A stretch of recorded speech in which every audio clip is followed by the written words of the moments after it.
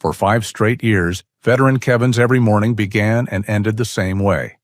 A path along the coast, silence, and his only companion, Duke, his loyal German shepherd.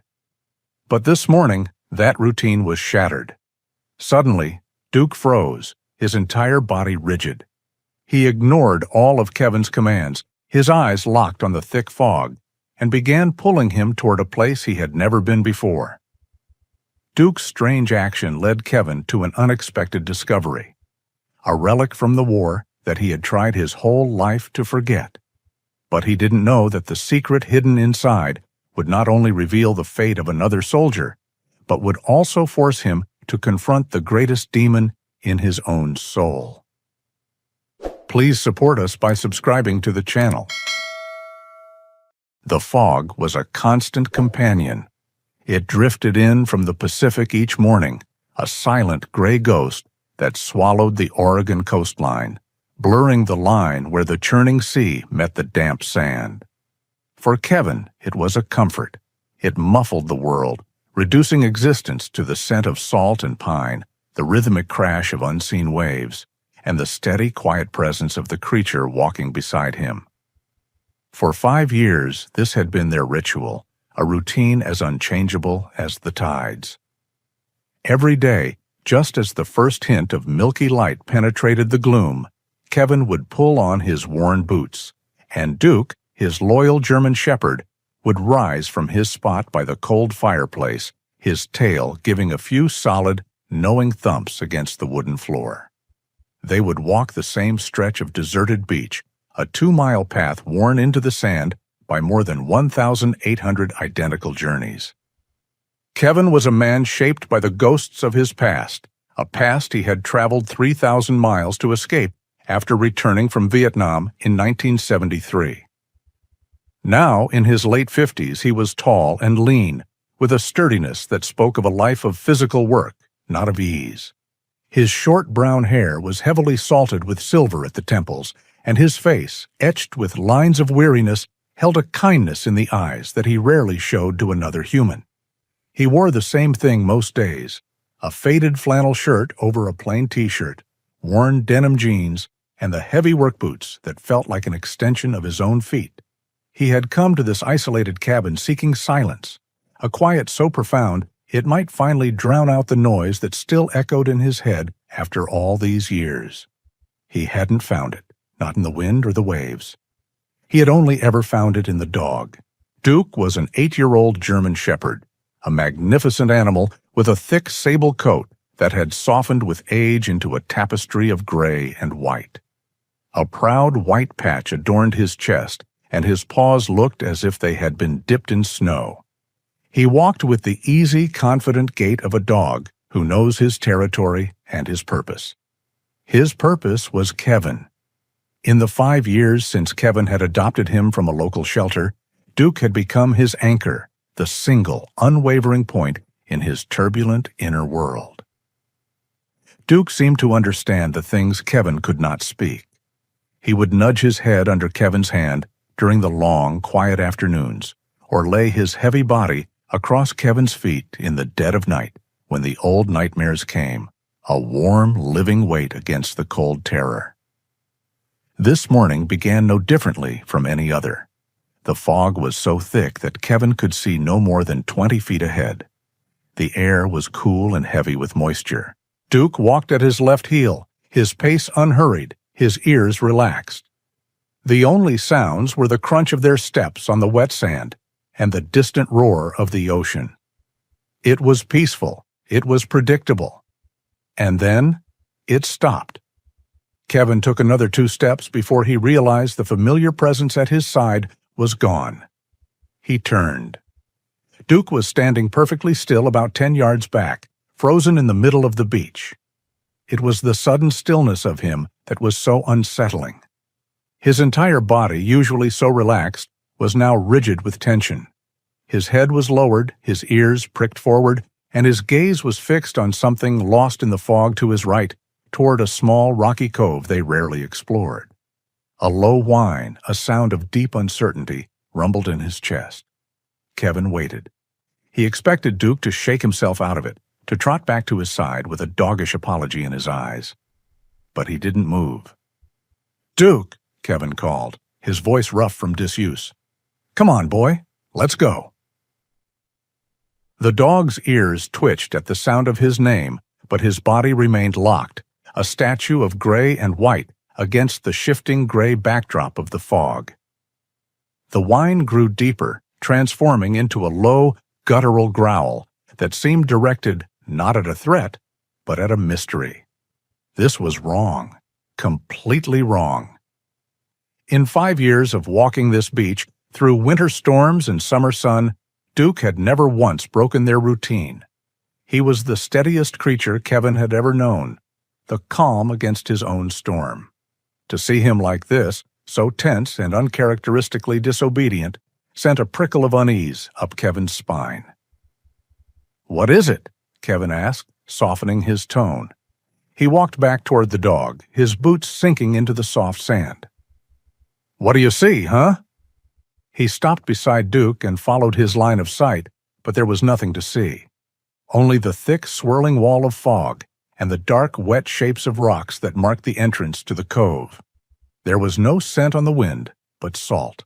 There was no sound but the sea. Yet Duke was utterly captivated, his powerful body trembling with an unseen energy. Kevin placed a hand on his back. The dog's muscles were coiled as tight as a spring. "Easy, boy," he murmured. He felt a flicker of his own past, the familiar adrenaline of staring into an unknown, of trying to decipher a threat from the shadows. It was a feeling he hated, a feeling he came here to forget. And now his dog, his peace, was bringing it back to him. The growl in Duke's chest subsided, replaced by a new sound. A single sharp bark that cut through the heavy air. It wasn't a bark of aggression, it was a bark of announcement. "It's here. Something is here." "There's nothing there, Duke," Kevin said, giving a gentle tug on the leash. "Come on, let's finish our walk." Duke resisted the pull. He planted his feet firmly in the sand, and then, for the first time ever, he pulled back, his strength surprising Kevin. He barked again, louder this time, a clear, ringing summons. He looked back at Kevin, his intelligent brown eyes filled with an urgent plea, and then turned his head back toward the cove. He was not asking, he was insisting. A conflict churned within Kevin. Every instinct screamed for him to maintain the routine, to retreat back to the safety of the known path, the predictable rhythm that kept his demons at bay. The world outside that routine was filled with variables, with dangers both real and imagined. But then he looked at Duke. He looked at the unwavering certainty in the dog's stance, the absolute trust he had always placed in this animal's instincts. Duke had saved him from himself more times than he could count. He had never been wrong. With a heavy sigh that turned to a cloud of white in the cold air, Kevin's shoulders slumped in surrender. The routine was broken. Something new was happening, and as much as it terrified him, his trust in Duke was stronger than his fear of the unknown. "All right," Kevin said, his voice a low resignation. "Okay, boy, show me." He loosened his grip on the leash. It was all the permission Duke needed. With a final, determined bark, the German Shepherd surged forward, pulling Kevin off their well-trodden path. He led him away from the familiar stretch of beach and down toward the rocky, secluded cove, disappearing into the thick, white curtain of fog that waited to receive them. The world shrank to the sound of Duke's panting and the muffled echo of his own footsteps on the sand. The fog was a living thing, coiling around Kevin's ankles and pressing in on him with a damp, chilling embrace. He couldn't see the ocean, but he could feel its immense, breathing presence to his right, a constant low rumble that vibrated through the soles of his boots. Duke forged ahead, a determined shadow pulling him deeper into the unknown territory of the cove. The air in the cove was different. It was stiller, the wind blocked by the towering black rocks that loomed like prehistoric sentinels on either side. The silence here was heavier, broken only by the drip of condensation from the rocks and the frantic scratching sound that now replaced Duke's barks. The fog, thick as smoke, swirled in lazy eddies, playing tricks on his eyes. For a disorienting moment, it wasn't the Oregon coast in 1985. It was the Central Highlands, 1972.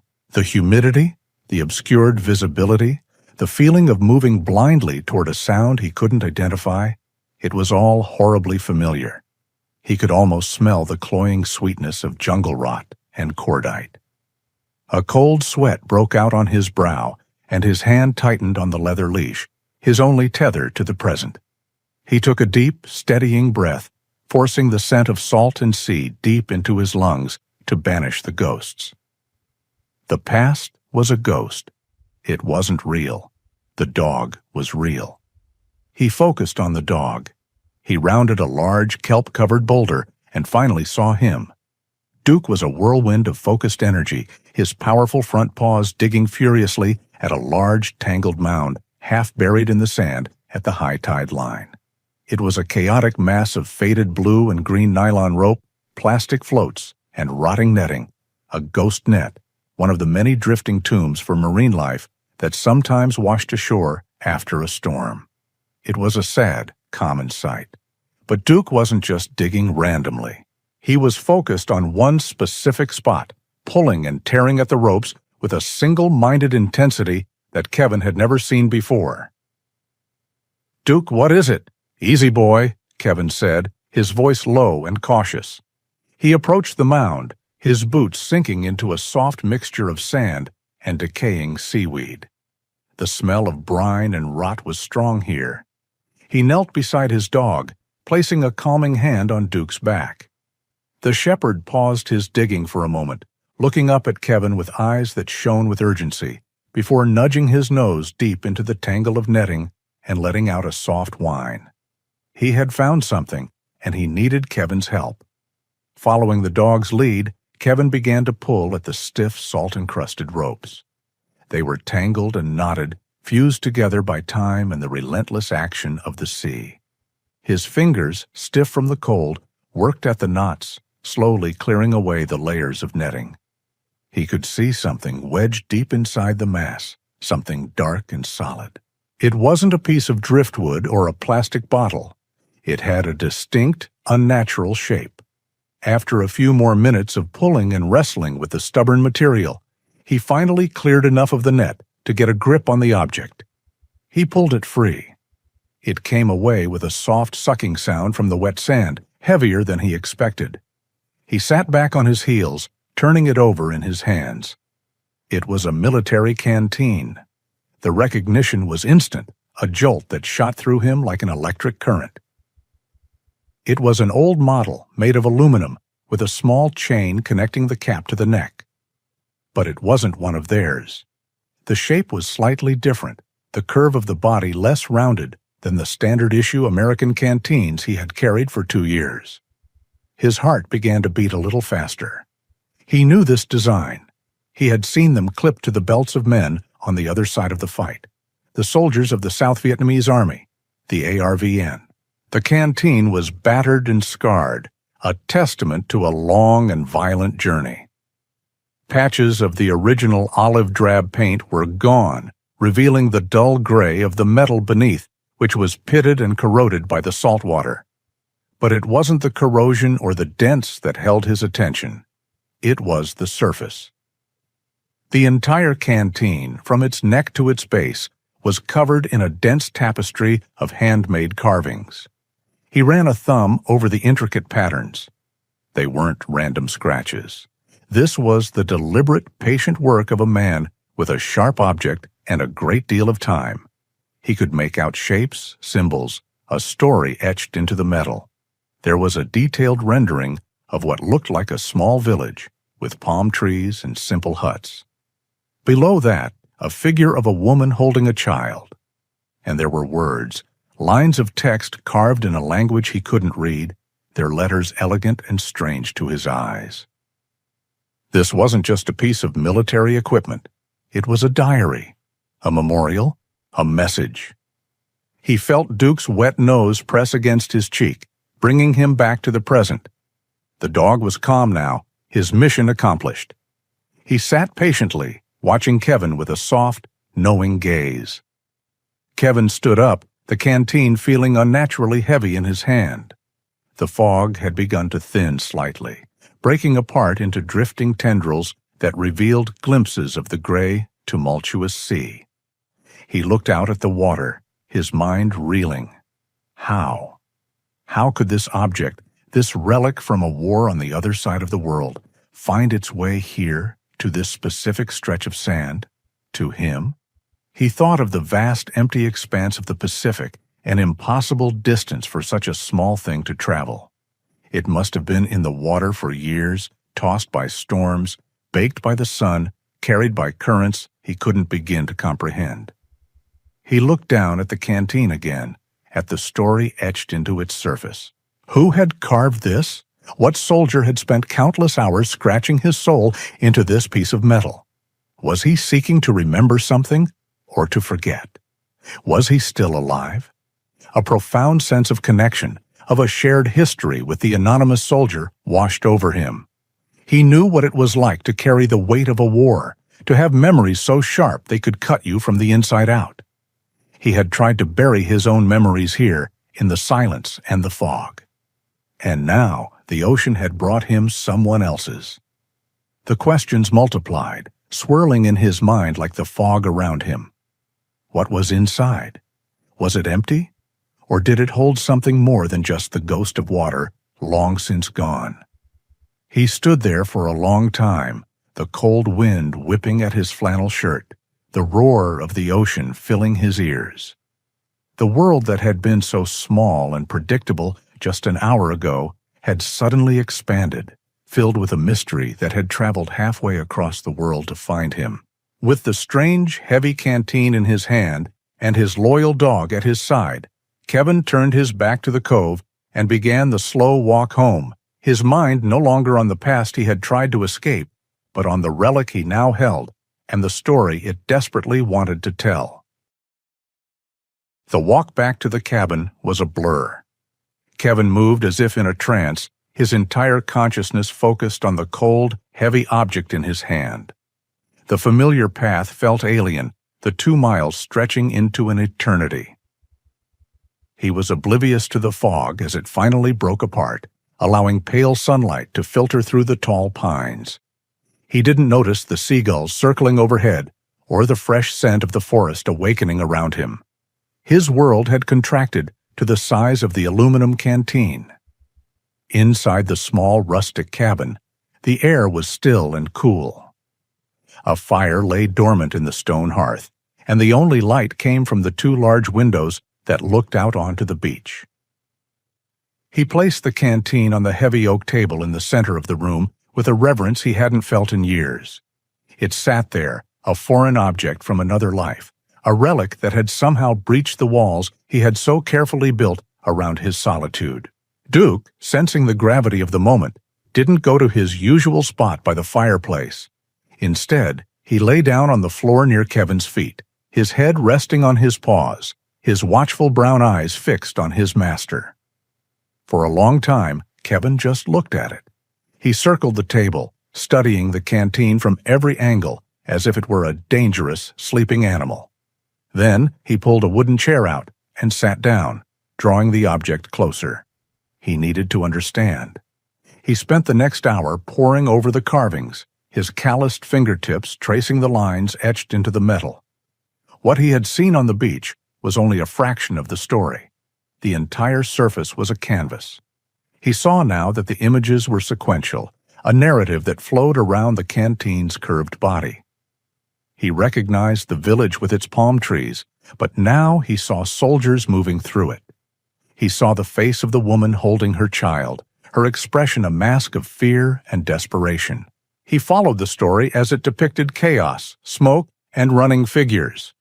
It was a language of images, a silent testament to a day of profound tragedy. His own memories, sharp and unwelcome, tried to surface. The smoke, the confusion, the faces of civilians caught in the crossfire. He pushed them down, forcing himself to focus on the story in his hands, not the one in his head. Interspersed with the images were the elegant, flowing lines of Vietnamese script. The letters were a beautiful, indecipherable code. He wondered if they were names, dates, or perhaps a poem, a prayer for the people in the carvings. The craftsmanship was remarkable. This was not the idle scratching of a bored soldier. This was a work of art, born from obsession, from a need to bear witness. The soldier who made this had poured his grief and his memory into the very metal of his canteen. His attention eventually turned to the cap.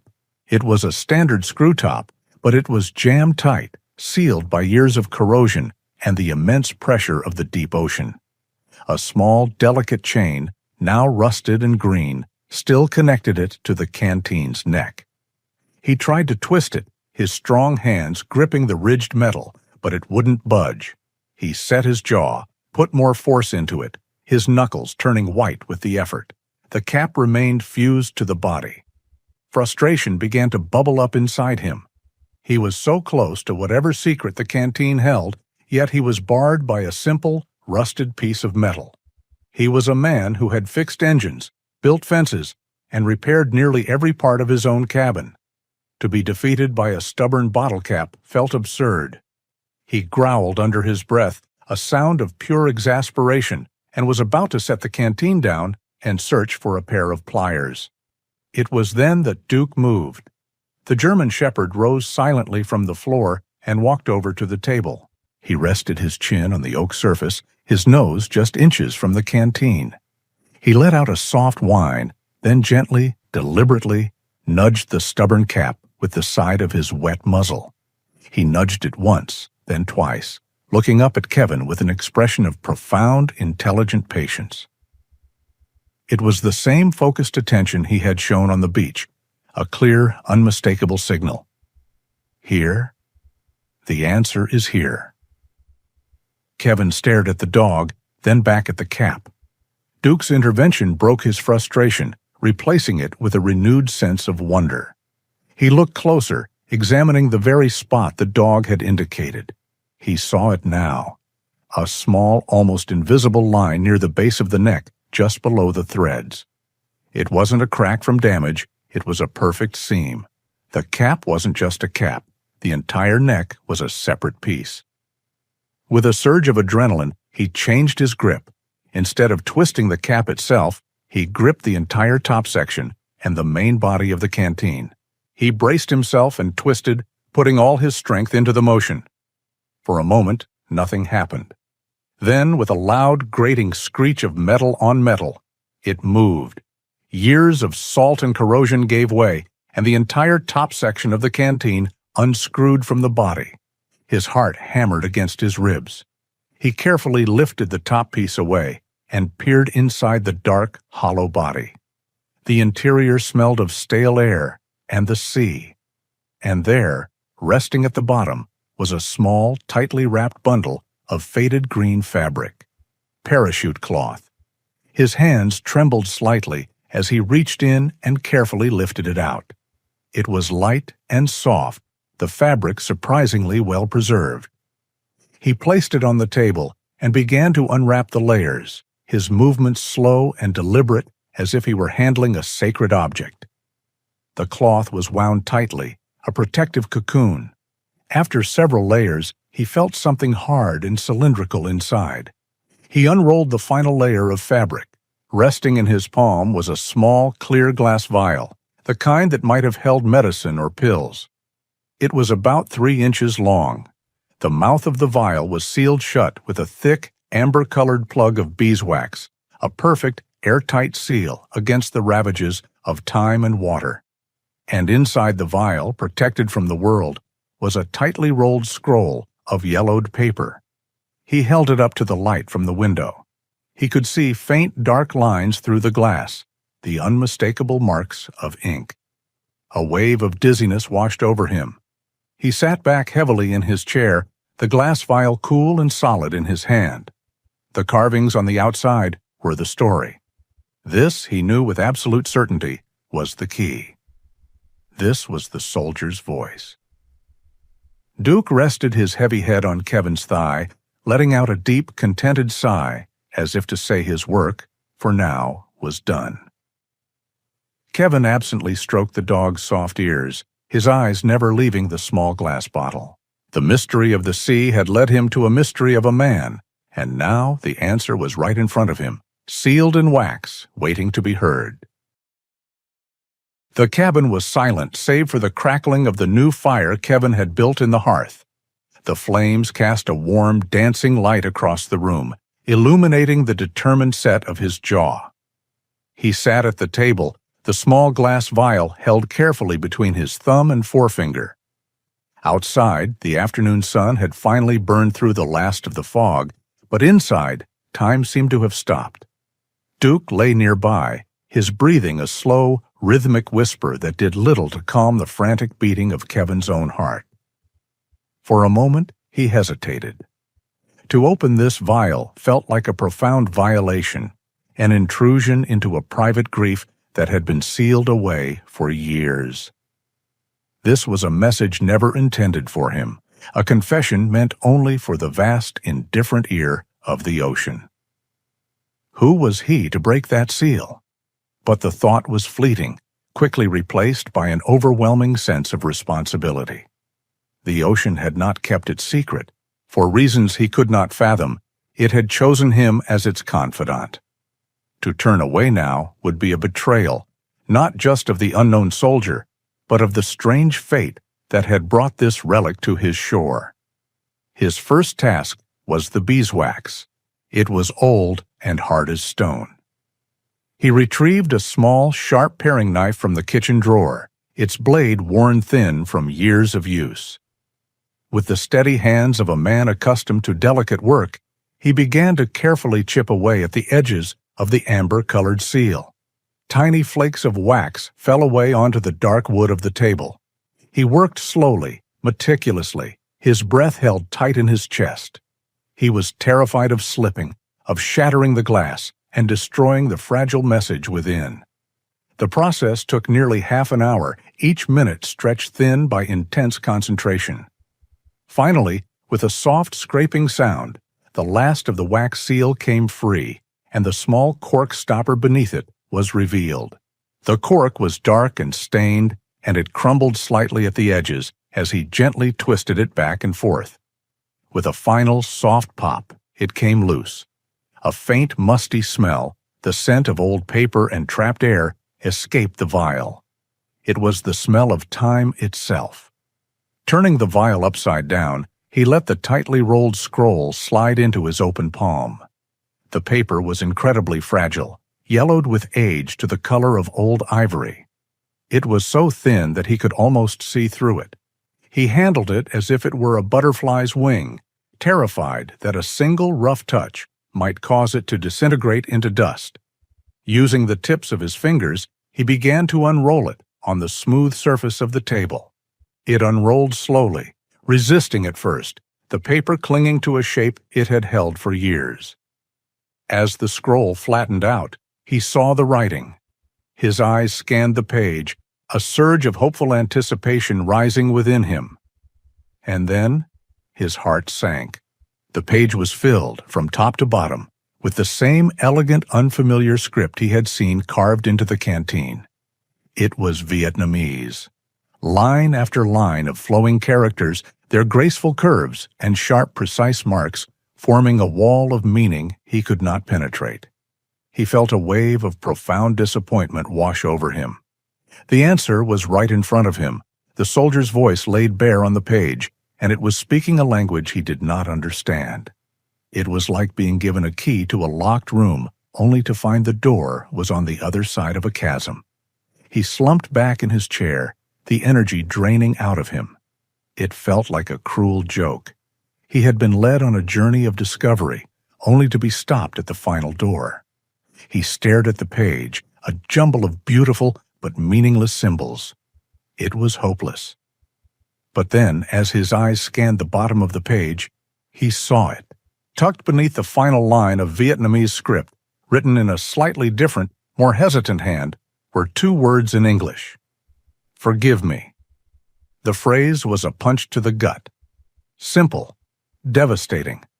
It was the universal plea of the haunted, the cry of a soul burdened by a weight too heavy to carry alone. He knew that plea. He had whispered it himself into his pillow in the dead of night, had screamed it into the uncaring wind on the beach. It was the language of regret, a language he understood perfectly. His eyes moved back up the page, searching for anything else he might recognize. Near the top, within the first paragraph, he saw another familiar word, this one a proper noun. Quang Tri. Quang Tri Province. The name hit him like a physical blow, knocking the air from his lungs. Of all the places in Vietnam, it had to be Quang Tri, the northernmost province of the South, the bloody front line, the demilitarized zone. He had been there. He had spent 6 agonizing months there in 1972 during the Easter Offensive, a time of unrelenting chaos and carnage. The name alone brought back a flood of sensory memories, the metallic taste of fear, the deafening roar of artillery, the sight of smoke-choked skies and a landscape torn apart. This soldier, this man who had carved his soul into a canteen, had been in Quang Tri, and he was asking for forgiveness. Kevin leaned forward again, his disappointment replaced by a fierce, burning resolve. He could not understand the words, but he could feel them. He could feel the weight of the ink on the page. The handwriting was neat, the letters formed with a careful, steady hand. Yet he could sense the emotion trembling just beneath the surface. He could see where the pen had pressed harder, leaving a darker mark, as if the writer was struggling to contain a powerful surge of feeling. He could see the slight smudge near the bottom, a place where a tear might have fallen, blurring the ink just enough to tell its own story. This was not just a letter. It was a confession. It was an act of catharsis. He sat there for another hour as the sun dipped lower in the sky, casting long shadows across the cabin floor. The fire crackled and spat, the only sound in the room. He did not move, his gaze fixed on the fragile piece of paper. The wall between him and the anonymous soldier had not vanished, but it had thinned. He knew his province. He knew his pain. The disappointment was gone. In its place was a solemn promise, a vow he made to the ghost in the room. He would not let this story remain silent. He did not know how, did not know what it would take, or where it would lead him, but he would find a way to understand. He would find someone who could give this soldier his voice back. He would bear witness. Carefully, he rolled the delicate paper back into its scroll, slid it into the safety of its glass vial, and placed the cork back in its mouth, his movements now filled with a clear and unwavering sense of purpose. The cabin, once a sanctuary, became a crucible. The presence of the canteen and its sealed message changed the very air inside, charging it with the static of an unresolved past. Kevin placed the vial containing the letter back inside the canteen's hollow body and screwed the top back on, but it made no difference. He could feel it across the room, a silent, reproachful weight on the oak table. It was more than a relic. It was a vessel of memory, and its presence had uncorked his own. The days that followed were a descent into a familiar, dreaded landscape. The quiet he had cultivated for 5 years was shattered, replaced by the cacophony of the war he had tried so hard to outrun. Simple things became triggers. The rhythmic crash of the waves against the shore morphed into the percussive thud of mortar fire. The scent of pine in the damp air was tainted by the phantom smell of diesel and gunpowder. He would be splitting firewood, the axe rising and falling in a steady rhythm, when a sudden glint of sunlight off the metal wedge would transport him back to the blinding flash of an explosion. He would drop the axe, his hands shaking, his heart pounding a frantic, panicked beat against his ribs, the peaceful Oregon forest momentarily replaced by the shattered skeletal trees of a jungle battlefield. His nights were worse. Sleep, which had always been a fragile truce, now became a full-blown war. He would lie in the darkness, the sound of Duke's soft breathing the only real thing in the room, and the memories would come for him. They were not vague or dreamlike, they were vivid, agonizingly detailed replays of his time in Quang Tri.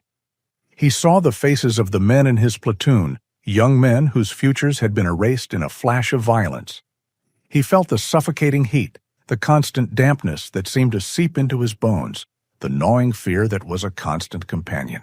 He would wake up gasping, drenched in a cold sweat, the sheets tangled around him like a shroud. In those terrifying moments between the nightmare and waking, he wouldn't know where he was. The scent of his own cabin would be foreign, the familiar shape of the furniture lost in the shadows.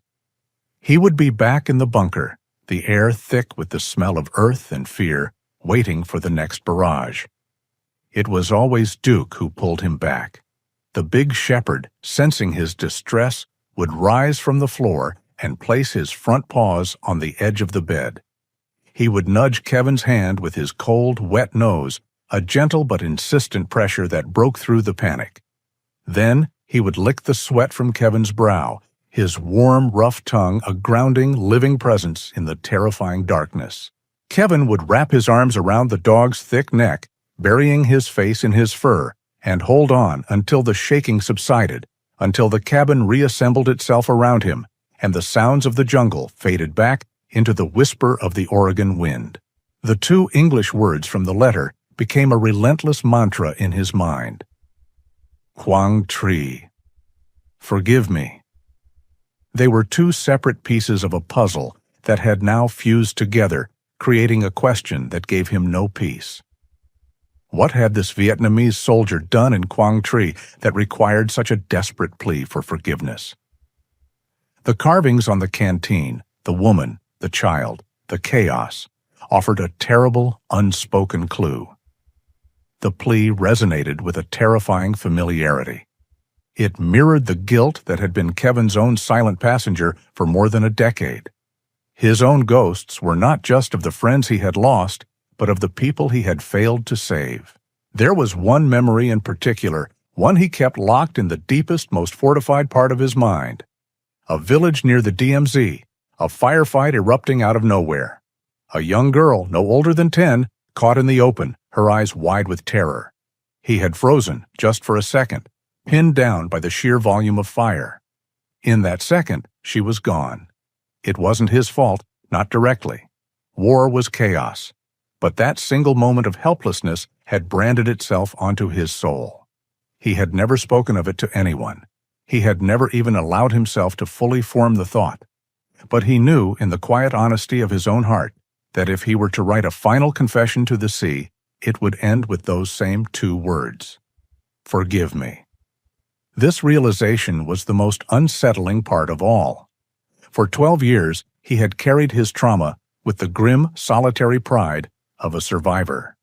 His pain was his own, unique to his experience. The war had been fought between 2 sides, a clear line drawn between us and them. But this canteen, this letter from a man who was once his enemy, had obliterated that line. It suggested a truth he had never allowed himself to consider, that the man on the other side of the rifle might have been haunted by the very same demons. The soldier from the ARVN, his supposed ally in that conflict, was a brother in a way no one else could be, a brother in regret. The enemy was not a man. The enemy was the war itself, and the war had wounded them all in the same way. He found himself talking to Duke more than ever, his quiet cabin filled with one-sided conversations. "He was there, Duke," he would whisper, running his hand over the dog's head as he stared at the canteen on the table. "He saw the same things I did. What did he see that day? What did he do?" Duke would look up at him, his brown eyes filled with a deep, unwavering empathy, as if he understood every word. He became Kevin's confessor, his steadfast anchor in the storm of resurfacing trauma. When the memories became too much, when the walls of the cabin felt like they were closing in, Kevin would clip the leash onto Duke's collar, and they would walk, sometimes for hours, along the beach. They would walk until the physical exhaustion quieted the noise in his head, until the vastness of the ocean made his own pain feel manageable again. During these long, desperate walks, Duke never strayed from his side, a constant reassuring pressure against his leg, a silent promise that he was not alone. The dog was his shield, his comfort, his only link to a reality that was not soaked in blood and regret.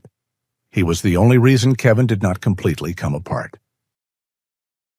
The breaking point came after a week of sleepless nights and haunted days.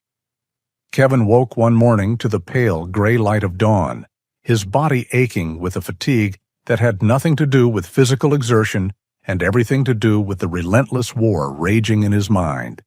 He looked at the canteen on the table, its silent form dominating the small cabin, and he knew he could not go on like this.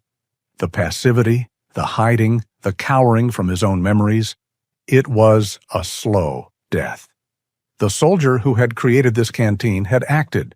He had faced his ghosts and etched them into metal. Now it was Kevin's turn to act.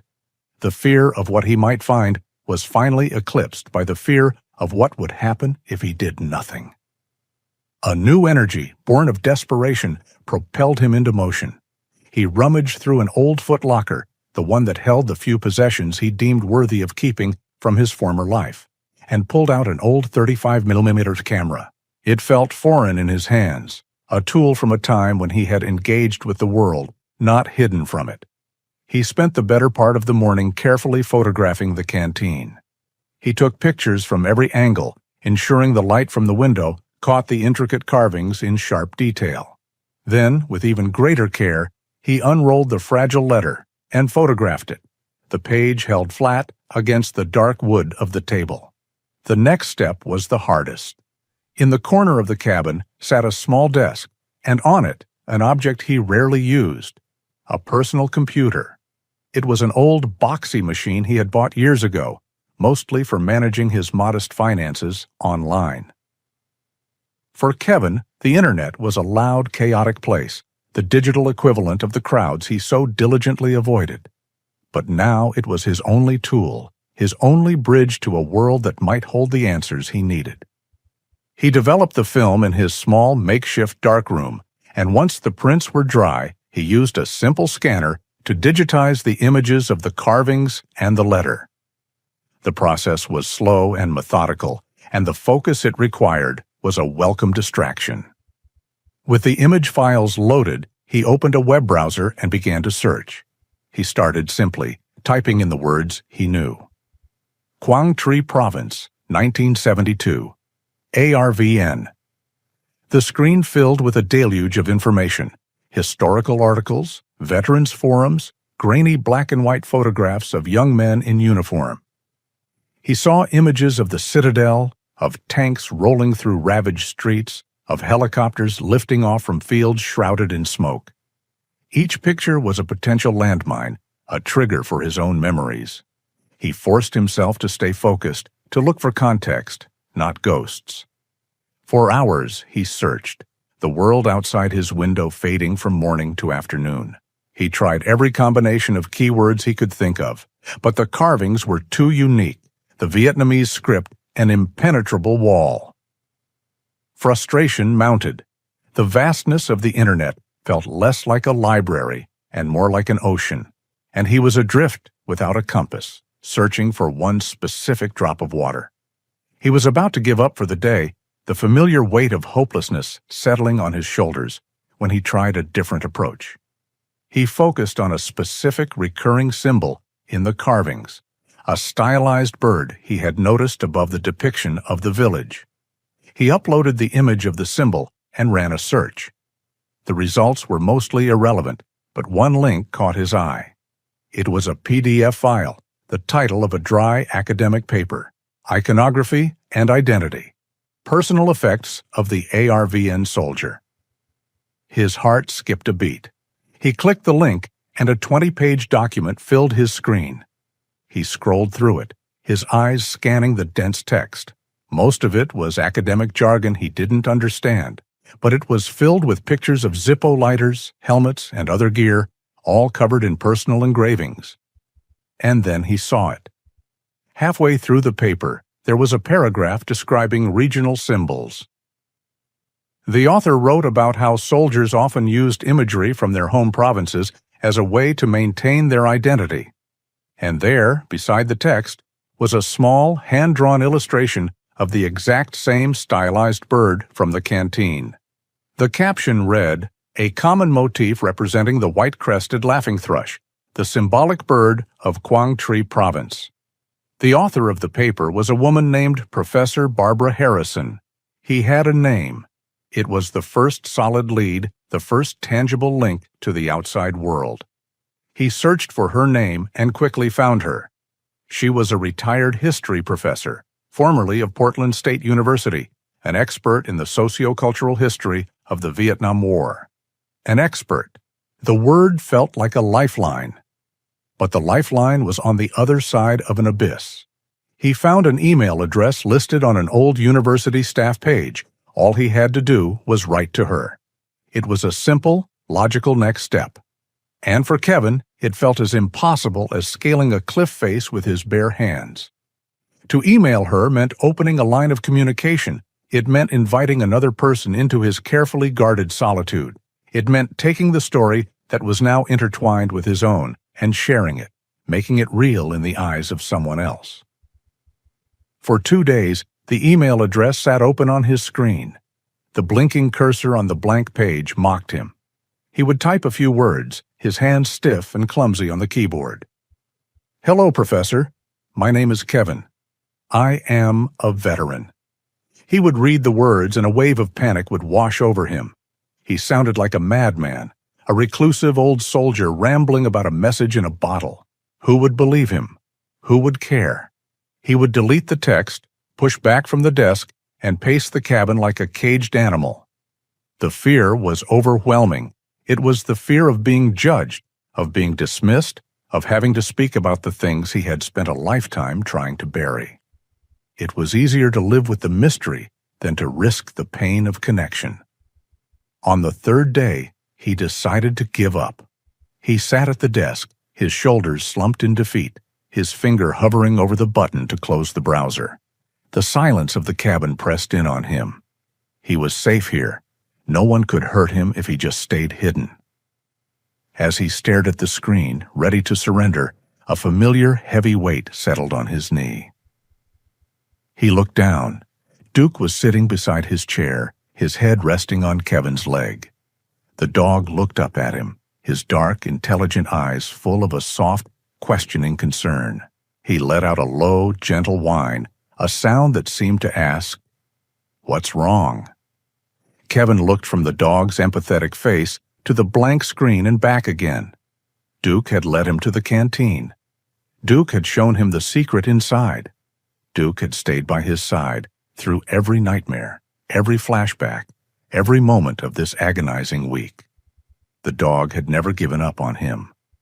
A wave of shame washed over Kevin. He was about to give up on them both, to let fear win. He took a deep breath, the first steady breath he had taken in days. He owed it to the soldier who had sent this message. He owed it to the dog who had found it. And maybe, just maybe, he owed it to himself. With Duke's warm, solid presence beside him, he turned back to the computer. His fingers moved with a new certainty. He didn't think about the words, he just let them come. He wrote about the beach, the fog, and the ghost net. He wrote about the canteen, the carvings, and the sealed vial. He attached the pictures. He ended the email simply. "I am a veteran. I was in Quang Tri. I think this is important. Any help you could offer would be appreciated." He read it over once. Before the fear could return, before he could second-guess himself, he moved the mouse and clicked Send. The word vanished from the screen. The message was gone, sent out into the world, a confession of his own, sent not to the waves, but through a wire. After he sent the email, a new kind of quiet descended on the cabin. It was not the peaceful solitude he was used to, but a tense, expectant silence. Every gust of wind, every creak of the cabin's wooden frame made him jump. He checked his email a dozen times a day, his heart leaping into his throat each time he saw a new message, only to have it sink when it was just junk mail. He started to believe he had been foolish. Of course she wouldn't reply. She was probably a busy, important woman who had better things to do than answer the cryptic email of a stranger. The silence was his answer, a confirmation that he was, and always would be, alone with his ghosts. 3 days passed. The hope that had briefly flickered within him had all but died. He was sitting at the table, staring at the canteen, a familiar sense of resignation settling over him when he heard the soft chime from his computer. He looked over, his breath catching in his chest. A new email. The sender was Barbara Harrison. His hands trembled as he moved the mouse and clicked it open. The message was short and direct. Mr. Kevin, thank you for your extraordinary email. The artifacts you describe are of immense historical and personal significance. I find myself in the area for research, and if you would be willing, I would be honored to see them in person. Would tomorrow afternoon be a possibility? Sincerely, Professor Barbara Harrison. Kevin read the email 3 times, the words blurring slightly. She believed him. She was coming. The world, which had been gray and silent for so long, suddenly seemed to snap into sharp, vivid color. The next day, he was a bundle of nerves. He cleaned the cabin, a task he hadn't performed with such energy in years. He scrubbed the floors, washed the windows, and even tidied the small pile of books by his reading chair. He felt like he was preparing for an inspection or for the arrival of a dignitary from a foreign country. In a way, he was. Professor Harrison was an emissary from the world he had left behind. At 2 o'clock precisely, he heard the sound of a car engine, a noise so foreign in his quiet world that it made both him and Duke jolt to attention. Duke let out a low, questioning bark. Through the window, Kevin saw a sensible, dark blue sedan pull up the gravel path and stop. The car door opened, and a woman emerged. Professor Barbara Harrison was a woman in her late 60s, with a mane of vibrant silver-white hair cut in a stylish, no-nonsense bob. She was tall and slender, dressed in practical trousers, a warm wool sweater, and sturdy walking shoes. Her face was a map of a life well lived, with laugh lines around her warm, intelligent eyes and a network of finer wrinkles that spoke of countless hours spent reading under the sun. She carried herself with an air of quiet confidence and academic authority. But there was nothing intimidating about her. Her expression was open and kind, her eyes filled with a genuine, scholarly curiosity. Kevin took a deep breath, opened the cabin door, and stepped outside, Duke at his side. "Professor Harrison?" he asked, his voice hoarse. "Mr. Kevin," she said, her smile warm and genuine. She held out a hand. "Please, call me Barbara." Her handshake was firm and reassuring. Her eyes fell to the magnificent German shepherd at his side. "And this must be the famous Duke." Duke, seeming to sense her friendly nature, gave a cautious wag of his tail. Inside, the cabin felt small and cluttered with her presence. She looked around, her eyes taking in the neat bookshelf, the worn armchair, and the fireplace, her expression one of polite interest. But her gaze quickly found the object she had come for, resting on the center of the oak table. "May I?" she asked, her voice hushed with reverence. Kevin simply nodded. She approached the table as one would approach a sacred altar. She did not touch the canteen at first, but simply studied it, her sharp eyes taking in every detail of the carvings. She let out a soft, low whistle. "Remarkable," she whispered. "Absolutely remarkable." She spent several minutes examining the engravings, her fingers gently tracing the lines of the village, the woman, and the child. Then she looked at Kevin. "You said there was a letter." Kevin retrieved the sealed glass vial and handed it to her. She examined the beeswax seal, nodding in appreciation. "He wanted this to survive," she said softly. She accepted the small paring knife Kevin offered, and with the same delicate care he had used, she worked the seal open and slid the scroll onto the table. She unrolled the fragile paper, her expression one of intense focus. For a long time, the only sound in the cabin was the crackling of the fire and the soft ticking of an old clock on the mantel. Barbara read, her eyes moving back and forth across the Vietnamese script. Kevin watched her face, trying to decipher the story from her reactions. He saw her brow furrow in concentration, her lips part in a silent gasp. At one point, she reached up and took off her glasses, pinching the bridge of her nose, her eyes glistening with unshed tears. Finally, after what felt like an eternity, she looked up at him.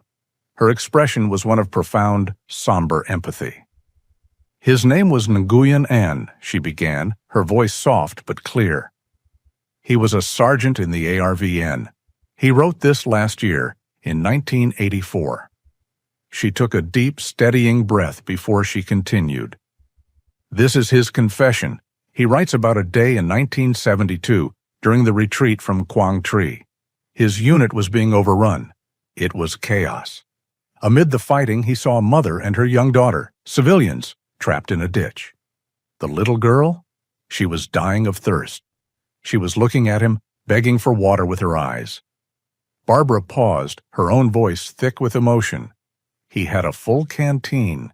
He started to move toward her to give her a drink, but his lieutenant ordered him to keep moving, to fall back, or they would all be killed. His comrades had to physically pull him away.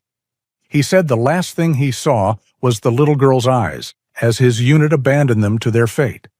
The memory of that moment, of his full canteen and her thirst, haunted him for the rest of his life. Kevin felt the air leave his lungs. He gripped the edge of the table, his knuckles turning white. The story was worse than he could have imagined. It was a story of pure, agonizing helplessness. Barbara's eyes, full of a deep, sorrowful understanding, met his. "There's more, Kevin," she said gently. "The end of the letter. It explains what he did with this canteen." She looked down at the paper again and read the translation aloud. "I have lived in this beautiful country for 30 years, he wrote, but my soul never left that ditch in Quang Tri. Today, I stand on the coast of Oregon, the place I have called home, and I send this confession to the waves. It is the same ocean that touches the shores of my homeland. I give this memory to the sea, my final act, hoping to finally find peace." The room tilted. Kevin stared at her, the words echoing in his head. The coast of Oregon. "He was here?" Kevin whispered, his voice barely audible. It didn't come from Vietnam?" "No," Barbara said, her voice full of a sad tenderness. "He lived in Portland for 30 years. He died of a heart attack a few months after he wrote this. He drove to the coast, not far from here, and gave his story to the sea. He was your neighbor, Kevin." The shock of it was a physical blow. He felt lightheaded, dizzy. This ghost was not a distant echo from across the world. He was a man who had walked the same soil, breathed the same salty air. A man who might have passed him in a store, a fellow veteran carrying the same invisible wounds, and he never would have known. The immense, impossible coincidence of the canteen's journey across the Pacific was replaced by a smaller, more intimate, and somehow more devastating miracle. Seeing the profound shock on his face, Barbara began to speak, her voice that of a gentle teacher, providing context to his pain. She explained the tragic, often overlooked story of the South Vietnamese soldiers, men who had fought alongside Americans, believing in a cause, only to lose their country, their homes, and their honor. She spoke of the re-education camps, the desperate boat escapes, the difficulty of starting over in a new land while carrying the ghosts of the old one. "They were allies, Kevin," she said, her gaze unwavering. "And in the end, America left them behind. They were warriors without a country, their sacrifices forgotten by history. His pain," she gestured to the letter, "was not so different from yours." In that moment, listening to her speak, Kevin's world shifted on its axis. The rigid lines he had drawn in his mind, the lines between himself and others, between his pain and theirs, began to dissolve. For the first time in years, He didn't feel just the crushing weight of his own trauma. He felt the vast, shared sorrow of another's. He felt empathy. Professor Barbara left just as the sun was beginning to set, leaving behind a silence that was different from the one before. It was no longer heavy with unspoken memories, but filled with a quiet, resonant purpose. The story of Nguyen An was no longer a mystery. It was a mission. He was not just a ghost from the past, but a man who had lived and breathed and suffered just a few hours' drive to the north. Kevin knew, with a certainty that settled deep in his bones, that his journey was not over. He had to go to Portland. He had to find the family of the man who had been his neighbor in both geography and grief. That night, for the first time in a long time, the nightmares did not come. He slept a deep, exhausted sleep and woke to a clear, crisp morning with a sense of clarity he hadn't felt since before the war. The path forward was no longer obscured by the fog of his own trauma. It was a physical road, a line on a map leading north. He spent the morning preparing. The trip was a monumental undertaking, a journey not just of miles, but of breaking the habits that had defined his existence for 5 years. He packed a small duffel bag with a change of clothes, a toothbrush, and a map of Oregon. He filled Duke's food and water bowls, then packed a separate bag for the dog with a leash, a bag of his favorite food, and a worn-out tennis ball. He moved with a deliberate, focused energy, the simple tasks of preparation, a welcome anchor against the rising tide of anxiety. The last thing he packed was the canteen. He wrapped it carefully in a soft cloth and placed it in the bag, a silent, sacred passenger on this pilgrimage. His truck was an old Ford, a relic from the late 1970s that he kept in good running order, but rarely drove further than the small town 20 miles away for supplies. The engine coughed to life with a familiar, rumbling protest. Duke, sensing the unusual nature of the day, hopped into the passenger seat, his head held high, his ears pricked with a mixture of excitement and concern. As Kevin pulled out of the long gravel driveway and onto the paved coastal highway, he felt a knot of fear tighten in his stomach. He was leaving his sanctuary, his fortress of solitude, and heading directly into the loud, unpredictable world he had so long avoided. For the first couple of hours, the drive was manageable. The highway hugged the dramatic coastline, the vast blue expanse of the Pacific on his left, the dense green of the pine forests on his right. The familiar landscape was a comfort. But as he turned inland, heading toward the city, the scenery began to change. The quiet 2-lane road widened into a 4-lane highway. The trees thinned out, replaced by houses and businesses. The traffic grew heavier, the silence in his cab invaded by the roar of passing trucks and the whine of other cars. He felt the walls beginning to close in. His knuckles were white on the steering wheel, his jaw clenched tight. Every car that passed too close, every unexpected horn honk, sent a jolt of adrenaline through him. He focused on the road, his eyes fixed straight ahead, trying to block out the overwhelming sensory input. About halfway to Portland, the fuel gauge dipped into the red. He needed gas. He saw a sign for a large truck stop ahead and pulled off the highway, his heart sinking as he saw the sheer number of cars and people. The place was a chaotic hive of activity. 18-wheelers rumbled in and out, their air brakes hissing like angry snakes. Cars cut in front of each other, jockeying for position at the pumps. Music blared from someone's open window, a thumping, aggressive beat that felt like a physical assault. He pulled up to an empty pump and killed the engine. The sudden silence in the cab was a brief respite before the wall of noise outside crashed in on him. He needed to get out, pay for the gas, and pump it. A simple, everyday task. For Kevin, it felt like a tactical operation in hostile territory. He took a deep breath and opened the door. The assault was immediate. The smell of diesel fumes, the cacophony of engines, shouting voices, and slamming doors, the sight of so many people moving so quickly in every direction. It was too much. The world began to shrink, the edges of his vision tunneling. The ground felt unsteady beneath his feet, His breathing became shallow, his heart hammering against his ribs in a wild, panicked rhythm. He was losing control. The gas station was dissolving, replaced by the frenetic, terrifying chaos of a crowded LZ, the air thick with smoke and the screams of the wounded. He stumbled back, one hand gripping the side of the truck for support. He had to get out of there. He fumbled for the door handle, his movements clumsy and uncoordinated. He practically fell back into the driver's antechamber, slamming the door shut, cutting off the worst of the noise but not the storm raging inside him. He pressed his forehead against the cool glass of the window, his body trembling, gasping for air that wouldn't come. Just as the panic threatened to consume him completely, he felt a wet nose press insistently against his ear. Then a heavy weight settled on his lap. Duke had unceremoniously climbed over the center console and into his lap, a clumsy, awkward maneuver for a dog his size. He pushed his head under Kevin's chin, forcing him to lift his head from the window.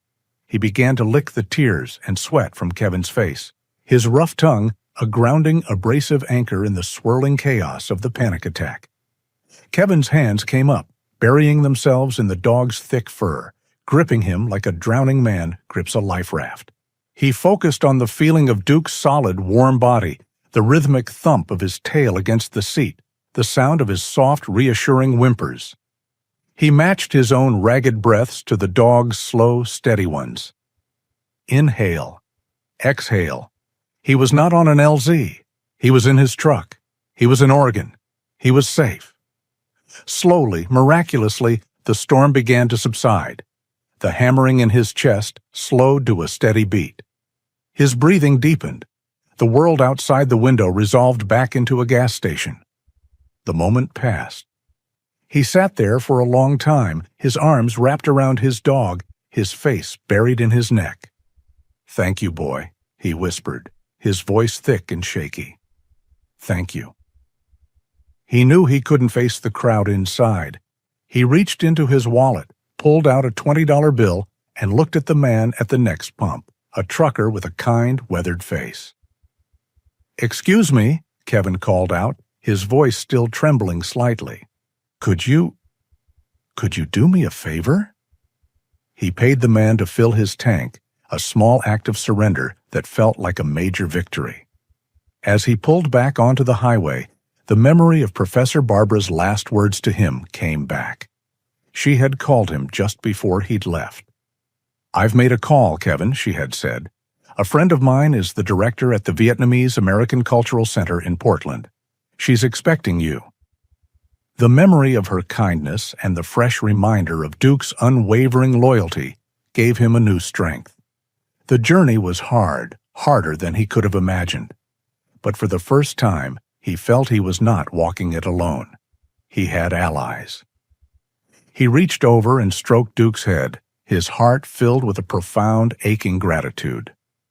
The journey north was a battle, but with his co-pilot beside him, he knew he would not be defeated.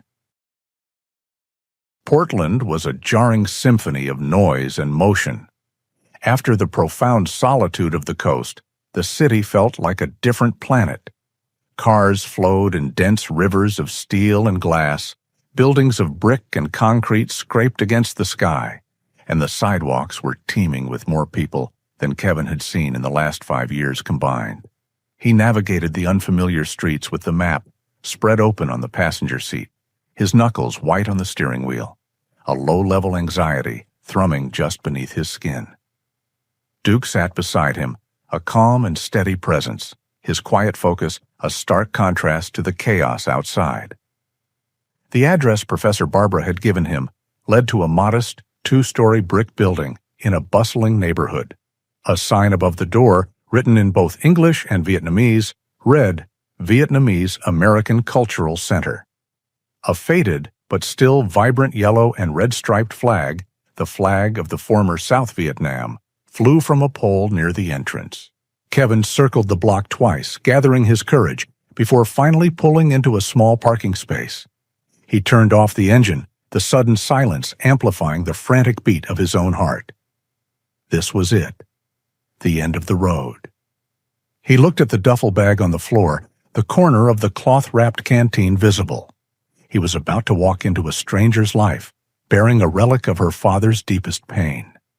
Was this the right thing to do? The doubt, cold and sharp, pierced through his resolve. Duke, as if sensing his hesitation, nudged his head under Kevin's hand and let out a soft whine. Kevin looked into the dog's steady, trusting eyes and found his courage. He was not just bringing pain. He was bringing a story that deserved to be heard, a legacy that deserved to be honored. He gave Duke a reassuring scratch behind the ears. "Stay here, boy. I'll be back." He walked into the building and was immediately greeted by the warm, aromatic scent of spices and brewing tea. The inside was a vibrant hub of community. Elderly men sat at tables playing kotwang, their conversation a low, melodic murmur. Women arranged flowers on a small altar in the corner. Children's artwork, bright with color, adorned the walls. He felt like an intruder, a gray ghost in this colorful world.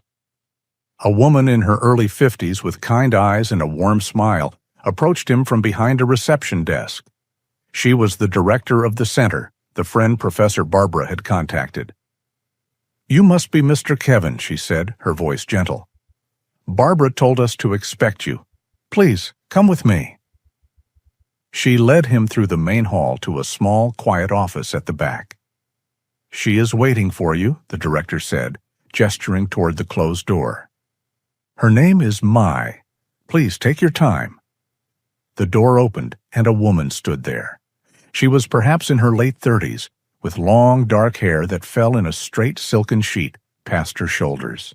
She was slender and wore a simple, elegant blouse and dark trousers. Her face was heart-shaped, with high cheekbones and intelligent, almond-shaped eyes that held a deep, quiet sorrow. It was a face that had known loss, but it was also a face that held an immense, resilient strength. She was the daughter of Nguyen An. "Mr. Kevin," she asked, her voice soft. "I am Mai." "Yes, thank you for seeing me," he said, his own voice sounding rough and unfamiliar. She led him into the room, a small library filled with books in both English and Vietnamese. They sat in 2 chairs facing each other, a small table between them. For a long moment, neither of them spoke. The air was thick with unspoken questions. Finally, Kevin reached down and opened his duffel bag. His hands trembled slightly as he unwrapped the canteen from its cloth covering.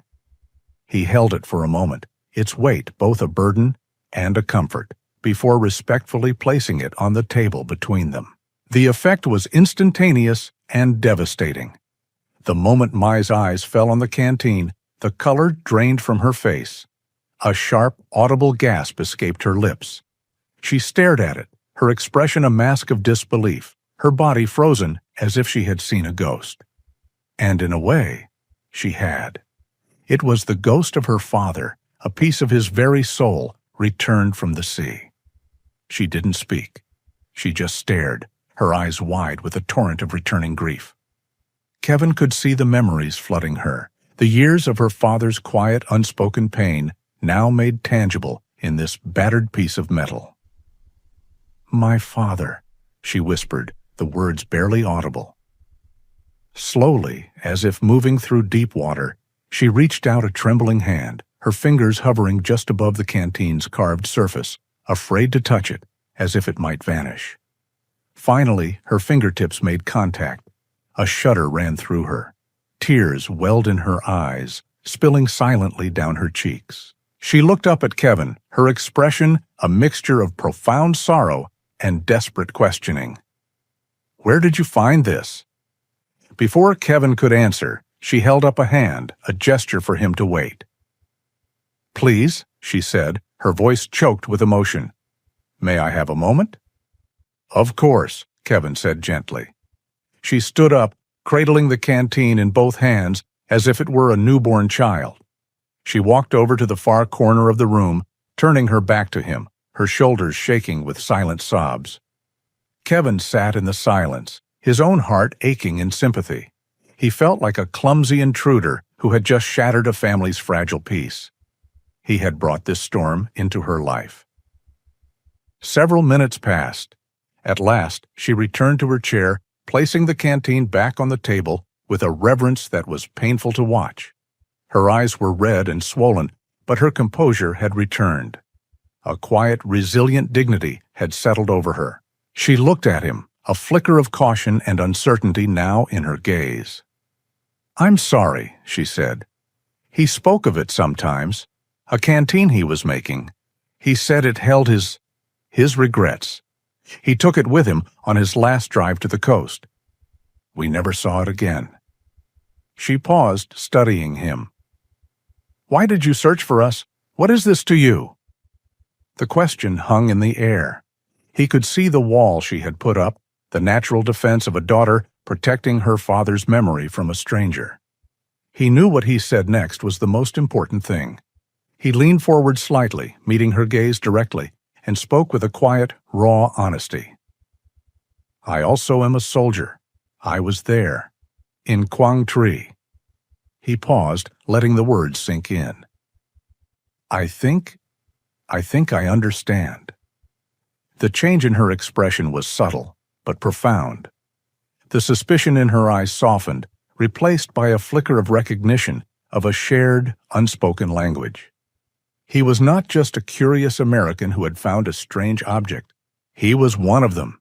He belonged to that same tribe of the haunted, the same fraternity of men and women marked forever by that time and that place.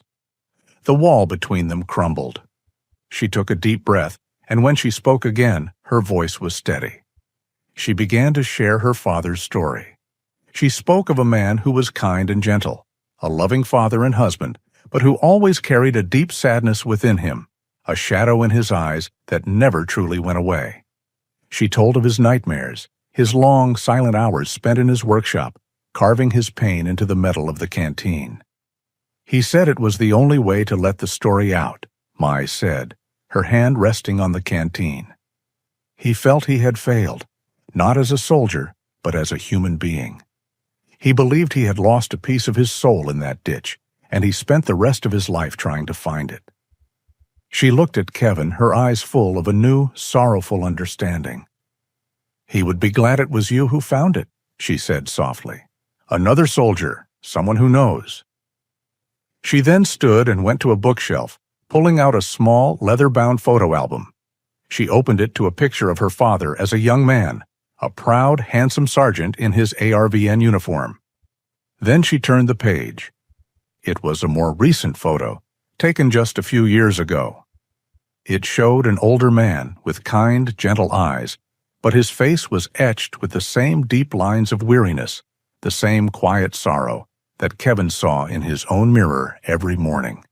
In the face of his former ally, Nguyen An, Kevin saw himself. The drive home was the mirror image of the journey north. Where the trip to Portland had been fraught with anxiety and tension, the return was filled with a profound and quiet calm. Kevin drove with a light touch on the steering wheel, his shoulders relaxed for the first time in years. The roar of the highway traffic no longer felt like an assault. It was just the sound of a world that was moving, a world he was finally a part of again. He was not running from it anymore. He had left the canteen with Mai. It was her father's, her family's legacy. At first, she had insisted he keep it, arguing that fate had chosen him to be its guardian. But Kevin had gently refused. "Its journey is over," he had told her. "It's home." She had accepted it with tears in her eyes, a silent understanding passing between them. They were no longer strangers, but two people bound by a shared history, the keepers of a single, powerful story. He did not need the physical object anymore. The story was inside him now, not a source of pain, but a wellspring of empathy. He stopped at the same bustling gas station on the way back. He took a deep breath, opened the door, and stepped out into the noise and the motion. It was still loud, still chaotic, but the panic did not rise. The fear was a distant echo, not a roaring wave. He looked at the faces of the people rushing past, truckers, families on vacation, kids laughing, and he no longer saw them as a threat. They were just people, each carrying their own stories, their own invisible burdens. He filled his tank, paid the cashier with a quiet nod, and got back in his truck, a small, simple act that felt like a monumental victory. When they finally arrived back at the cabin, the late afternoon sun was casting long, golden shafts of light through the pine trees. The familiar sight no longer felt like a fortress against the world, but a welcoming home. Duke leapt from the truck, stretching his long legs, and trotted to the cabin door, looking back as if to say, "Well, we're back."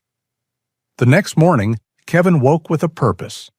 The restless, haunted energy that had plagued him for years was gone, replaced by a calm, creative drive. He knew what he had to do. He spent the day down by the rocky part of the shore, carefully selecting flat, weathered stones, their surfaces smoothed by a lifetime of being tumbled by the waves.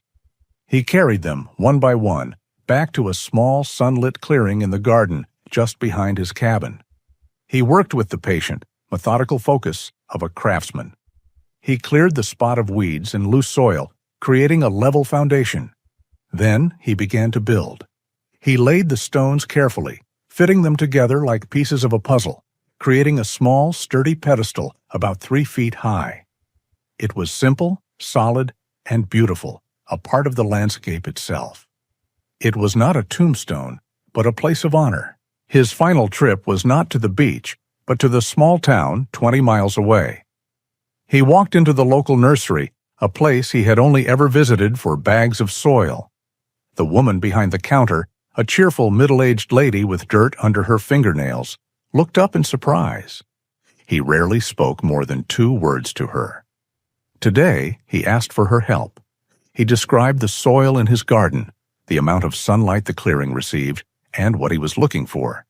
He wanted a tree, something that would grow strong and live for a long, long time. After a thoughtful discussion, they chose a young dogwood sapling, its branches thin and delicate, its leaves a vibrant, hopeful green. Back at the cabin, he gently placed the sapling in the ground, next to the stone pedestal he had built. He filled the hole with rich soil, packing it down around the fragile roots. He had created a small memorial, not just for Nguyen An and the child he had failed to save, but for all of them, for the men who had died, and for the men who had survived, but had left a piece of themselves behind in the mud and the smoke. He went inside and returned with his own canteen, the one he had been issued in 1971. It was dented and scratched, each mark a memory. He filled it with cool, clear water from the pump. Then he knelt by the young tree and began to pour the water slowly, carefully, around its base, the moisture darkening the fresh soil. This was his new ritual. The days that followed settled into a new kind of rhythm. Every morning, he and Duke would still take their long walk on the beach, but it was different now. Kevin's eyes were no longer fixed on the ground in front of him. He looked out at the horizon, at the changing colors of the sky, at the patterns the waves made on the sand. He felt a sense of peace he had never thought possible. His loneliness had not been banished, but it had been transformed. He was no longer an island. He was connected by a story and a shared humanity to a man he had never met. Each afternoon he would perform his ritual. He would fill his canteen and water the small dogwood tree. It was an act of atonement, an act of remembrance, and an act of hope. He was giving the water that Nguyen An had been unable to give. With each drop, he was nurturing a new life, a living testament to the possibility of peace and redemption. The nightmares did not vanish entirely. The ghosts of the war were too old, their roots too deep, to be exorcised so easily. But they came less frequently now, and when they did, their power was diminished. They were no longer an all-consuming fire. They were echoes, faint and sorrowful. And now, when he woke in the darkness, he had a new image to hold on to. The sight of a young tree, growing stronger every day, its leaves reaching for the sun. The story ends not with a cure, but with the beginning of a healing. One evening, months later, Kevin is sitting on the back step of his cabin, a cup of warm tea in his hands. The air is cool, and the first stars are beginning to appear in the darkening sky. The dogwood sapling has grown, its branches thicker, its leaves a deeper shade of green. Beside it, the stone pedestal stands as a silent, steadfast witness.